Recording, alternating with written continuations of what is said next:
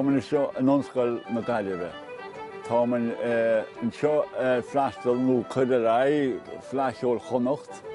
Tá go leor daoine ceoltóireáin seo fuil chunda Chonnacht fad agus na Héileán freisin.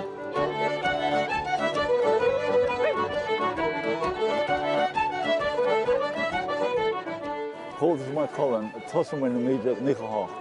As sásan na tháinig me héin, agus mo chóladar, agus churmain an Fleadh Cheoil bon mar Cullen míide níchathach. Agus tá sé go leor sprág ó chain.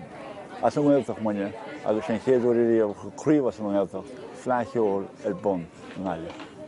Tá maine thcíonn im líana mar formain an onscail, agus tá an áiteach san onscail, tá sé éasca an Fleadh Cheoil riach, mar tá sé fad faoi an Jean fad nó sa campus fad. Tá síoch an bhiniún seo, tá tuair an 2,000 Comhaltas a chin seo, daoine tugáil póstanna fuid an campus.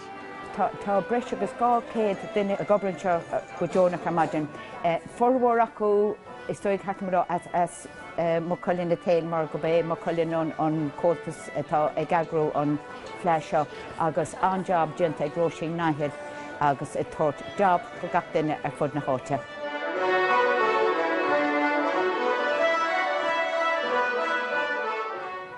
Tá ceol a go Chonnacht ionintach láidir.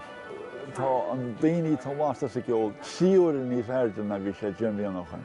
Tá sé fáinníos láidir, mar tá ní smús meascaí le chéile, tá na cúndachaí le chéile, agus tá e-mail is tá idirlín ar fun agus tá sa chuileáinna cit atála.